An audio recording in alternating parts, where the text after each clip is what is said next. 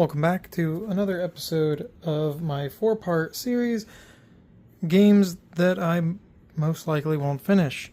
This is my first foray into board games. I created all the art. There's my logo there. This is a lie. I created all the art and ordered the pieces off of the Game Crafter. So let's just take a look here. I've got a deck of 38 cards. I did all the art here. Some of them don't have art because those are prototype cards that were added in to fluff the deck. These are the upgrade chips. I did the art here and each of the upgrades. The dice, the rulebook, and additional pieces. These are the infrastructure boards.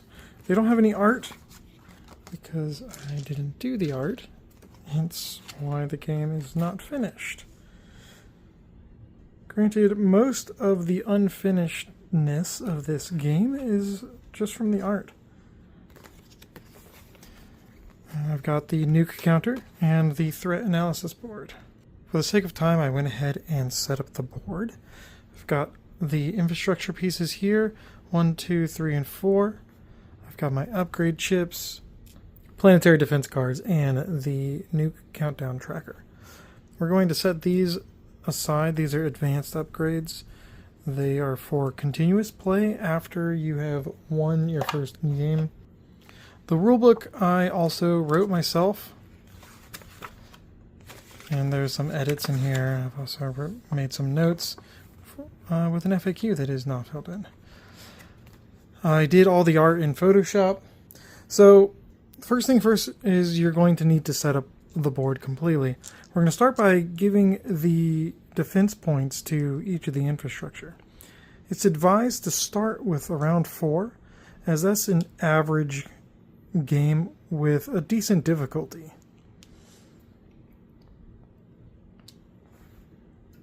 So we have everything set up, and now we can go ahead and start playing.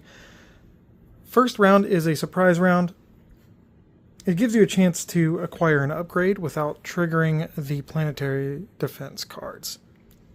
The idea of this game is that you are an invading force, attacking a planet for its resources, the people, what have you. Whatever your reason may be, you are trying to destroy the infrastructure supporting this planet so that you can properly take it over, then move on to the next one.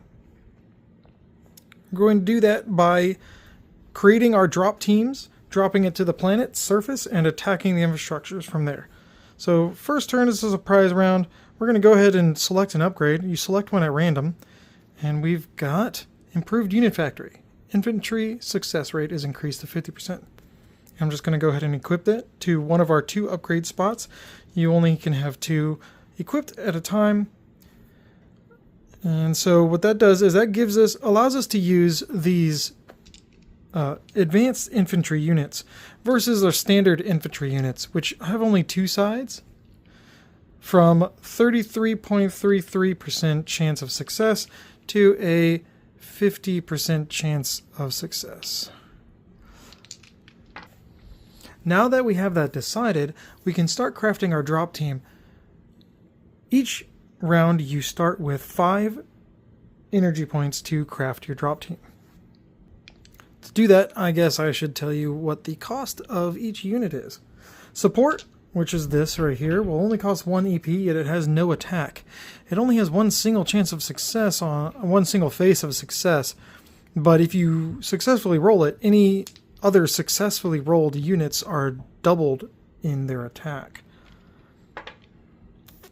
The light gray here, this is our standard infantry unit. It has 1 attack and 2 EP cost.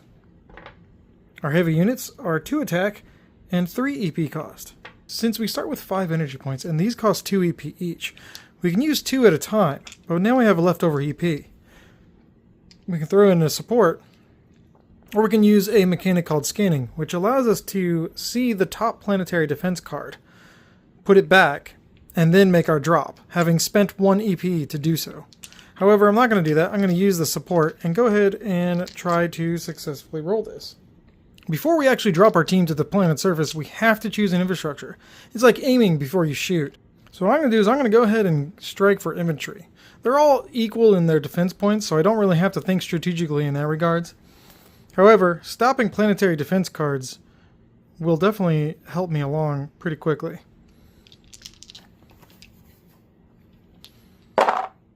Nice. I've got 2 successes. So before damage is resolved, once you have dropped your units, you trigger planetary defense. Counterstrike. One successfully dropped unit with the lowest energy point cost immediately fails. Last resort cards take effect when we are 10 or below on the nuke counter. However, since we don't have to worry about that right now, they don't take effect. However, this definitely hurts. So now that we've gone through our planetary defense card, we can go ahead and resolve damage. Military takes 1 hit. For now, that ends our turn, so we're going to go ahead and count down our nuke. This is the planet's nuke, by the way, aimed at us. When it reaches 0, we're goners. So that's basically it. I'm going to go ahead and play through this game, and I'll talk as I go along, showing off some additional mechanics. And I'm going to go for military once again. Ouch. Triggers planetary defense. Underground facility. Industry defense gains 1. So we're just going to go ahead and knock that up to 5. Since I didn't do anything, damage doesn't resolve. And count down to 18. At this stage, I'm going to go ahead and grab another upgrade.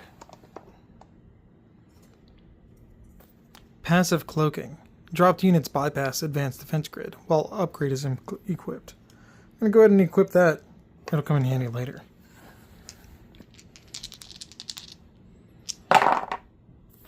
Nice. My support die was a success. So this is worth 2. Remember to always choose your infrastructure before dropping your team. Planetary defense. Decoy. If an infrastructure would be disabled this round, it is instead left with 1, and the infrastructure with the highest defense loses 1. Well, it isn't defeated just yet, so that card isn't effective. However, I'm surprised how often that card is actually effective. I'll go ahead and count that down. And we're going to go for military, going to try to knock out that infrastructure. Ouch. None of our drops make it to the surface. Planetary defense. Disaster relief. The infrastructure with the highest defense decreases by 1, and the one with the lowest defense increases by 1.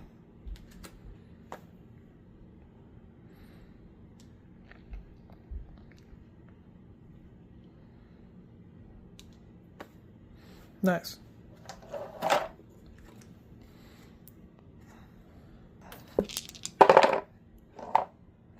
One.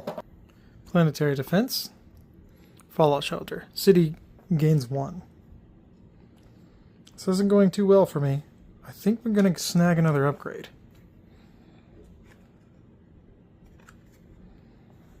So I'll go ahead and get that. Self-repair system. I was hoping for this one. After a drop, but before planetary defense is activated, repair 1 infantry unit. Now, this is not the same. This is not a regular infantry unit. This is an advanced infantry unit. So I'm going to have to swap these out. What I'm going to do is I'm going to put passive cloaking there, and I'm going to keep self-repair system, and I'm going to swap out improved unit factory for now. Because I want these, and I'll always be able to repair at least 1. So instead of having 50%, I drop back down to 33.33% chance of success. However, 1 is always a 100% chance. Since I didn't attack, planetary defense doesn't trigger.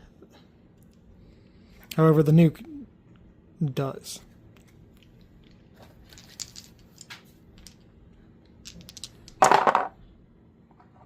Self-repair.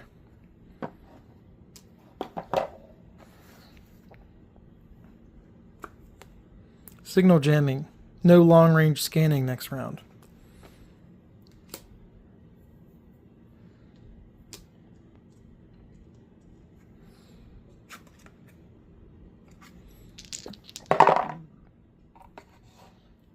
Nice. I didn't need it that time.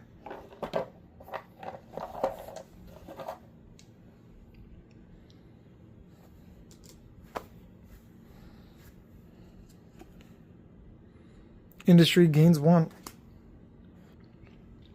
So that does knock out military. And it stops planetary defense for 1d4 turns. Looks like two turns. So I'm going to place that there on the threat analysis board for 2. However, the nuke countdown does count down by an additional point. Starting to maybe think those upgrades weren't worth it. Alright, I'm going to do one more turn here. Yikes. That's going to trigger planetary defense, mech deployment. Roll the mech die. This determines which infrastructure the die is placed. The mech lands there with 2 health, marked by the die. If a mech is already active, then reroll for the active mech only and redeploy. There can only be 1 mech at a time. I love the mech idea. I have a mech die right here. 4 agriculture, so it'll start there with 2. What this basically does is it's a movable bonus defense for an infrastructure. I have to get through the mech's defense, destroying it before I can attack the agriculture defense. Now I'm in last resort zone. So what I'm going to do here is I'm going to go ahead and take 2 turns and knock out these upgrades so I can show you what they do. The long-range scanner lets me scan planetary defense before a drop and no longer have to spend energy points. And this one, energy efficiency. Energy points available each turn increase from 5 to 6. I am going to actually swap out these and use these to see if I can gain a quick advantage. However, I do lose 2 marks on the nuke counter because of this. Shenanigans. I can now throw all 3 of my infantry die. And repair 1. I think I forgot that a few turns ago. So we're attacking industry.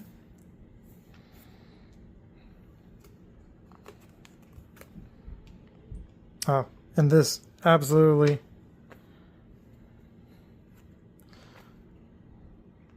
A mech with 2 HP is deployed to a random infrastructure. Yeah, it's mech deployment. 3. Wow. Looks like I hit the mech instead. I'm going to count that down. And yes, I'm sure in the comments someone will note that I have messed up my own rules.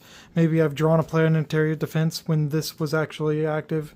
Or maybe I've missed a nuke countdown when I should have. Or maybe I missed using a self-repair system. It's fine. I'm going to go ahead and keep going for industry because it's the most advantageous. This isn't boding well.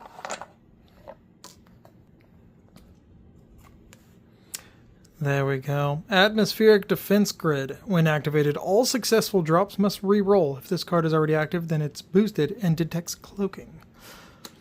R&D cards are permanent cards. They stay in effect unless destroyed. The only way you can destroy R&D cards are by disabling city infrastructure. So that's our next target. I do have to re-roll this. Nice. That mech is out of here.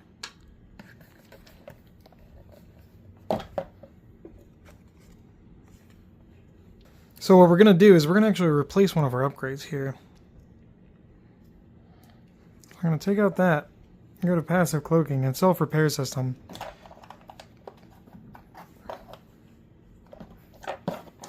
It does take away our extra infantry, but I'm bringing back the support die.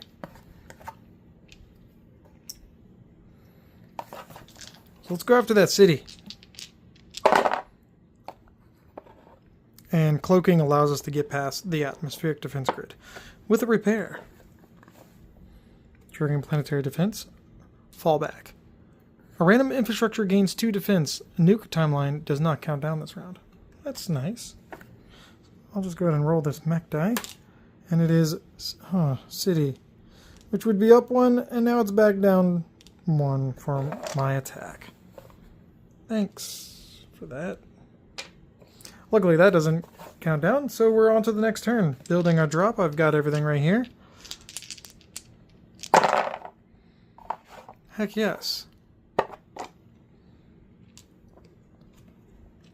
Oh no. How unlucky. So what this does is it boosts it and sees through my cloaking. And now I have to re-roll every single one of these. And since I'm re-rolling, I can't use my self-repair system.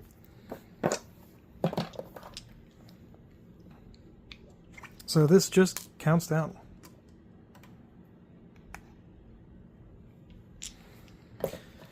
Next round, I'm not going to win this. 1. Experimental warhead. Another R&D card. Roll the support die. Any failures. And the drop with the highest energy point cost fails. Which I failed, so this just is a failure now. These R&D cards are devastating. If you're not able to stop them, then it can get very problematic very quickly. Going after the city again.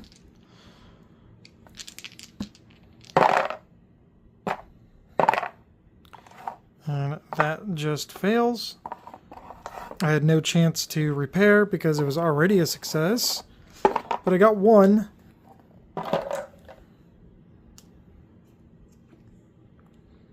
Another disaster relief. Alright. So when you have multiple infrastructures with the same defense, what you do is you always start with the quadrant starting at number 1. So this is now the one with the highest for the sake of disaster relief. So this one does lose 1, and agriculture gains 1. Also, they lose 1 for my damage.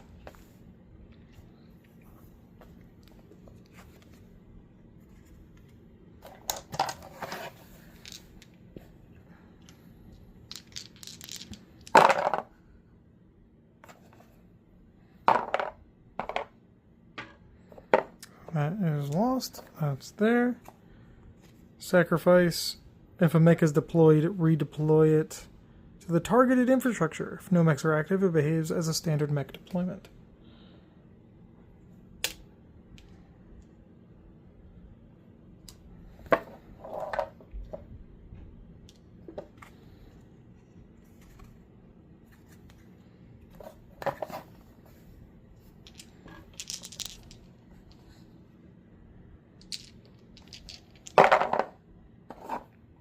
Nice, nice. And I'm going to repair that. So now I roll this again. And it is a failure. This one fails, but since I did get this as a success initially, this one is doubled. Let's see if it worked. The last resort basically forces me to do this. So if I attack city again next turn, this will trigger once more minus the last resort. So unfortunately, that failed. Or did it?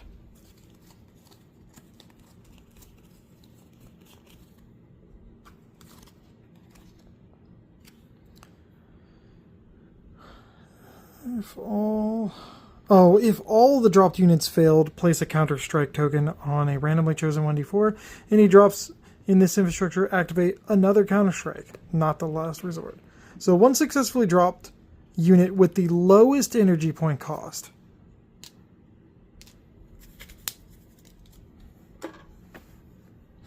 So it does actually still hit, kind of, on a 1. However, this is the last turn. And I'm not winning this. So let's go ahead and just roll again. Wow. Repair. Experimental warhead. Knocks one out. The last resort triggers, which is this. I end up knocking out the city, which technically would wipe these out. They would be discarded. And then for 1d4 turns, 3. Block R&D cards from activating. So that was fun. But let's talk about a few things. The upgrade chips. I love these. I'm still unsure whether or not I want them to be chosen randomly or if you should be able to buy whichever ones you want. They can be pretty powerful. However, you saw that it still wasn't enough. So I have those.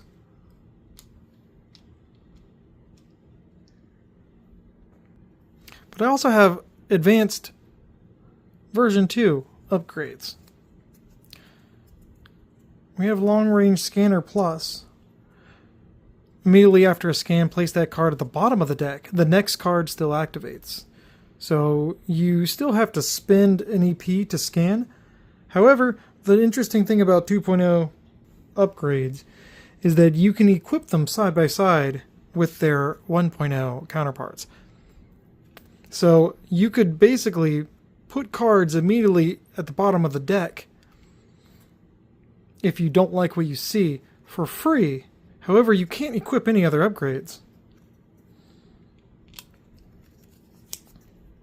Energy efficiency. Heavy units now cost 2 instead of 3. Heavy units are the black ones that I have here. And I didn't use any because they're really expensive. Passive cloaking plus. One successfully dropped unit can bypass mechs to attack the infrastructure directly. That's pretty handy. Mechs can be pretty annoying. Another thing to say about energy efficiency is this, combined with this, can be pretty powerful. Because then you can literally use all 3.